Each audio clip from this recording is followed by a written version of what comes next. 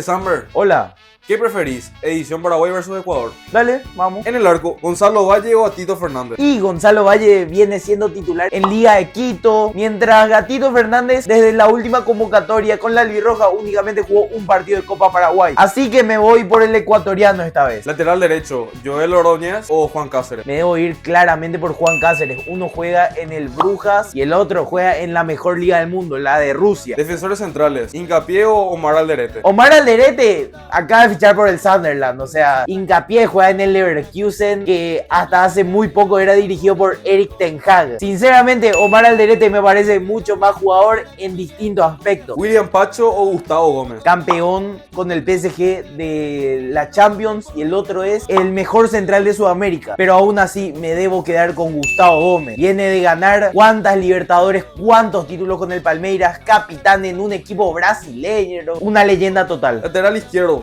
¿Estupiñán o Junior Alfonso? Estupiñán acaba de firmar por el Milan. Sinceramente, Junior Alonso no sé si viene de un gran nivel en el Atlético Mineiro, así que me quedo con Estupiñán. Mediocampistas, ¿Moisés Caicedo o Andrés Cuba? Y Moisés Caicedo, me pueden decir que si fue el fichaje más caro de la historia, que mil cuentos, pero Andrés Cubas es el motor de la selección paraguaya, muchachos.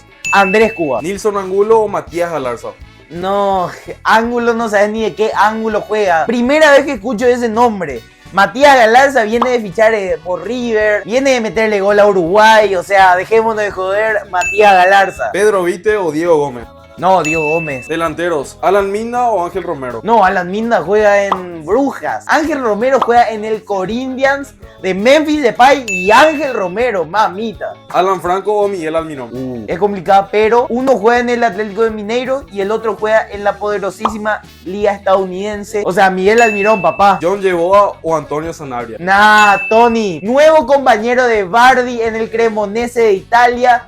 Y yo les aseguro, va a ser goleador en la Serie A. Así que bueno, muchachos, dejen sus predicciones para el partido de Paraguay contra Ecuador. Y síganme para más contenido.